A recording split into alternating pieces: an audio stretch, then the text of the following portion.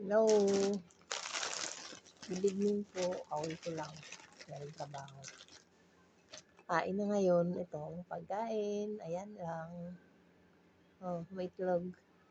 May 3 tomato maliit. 3 pa. I love you daw. Wow. Ito, yogurt. Yan. May yogurt. Masarap to.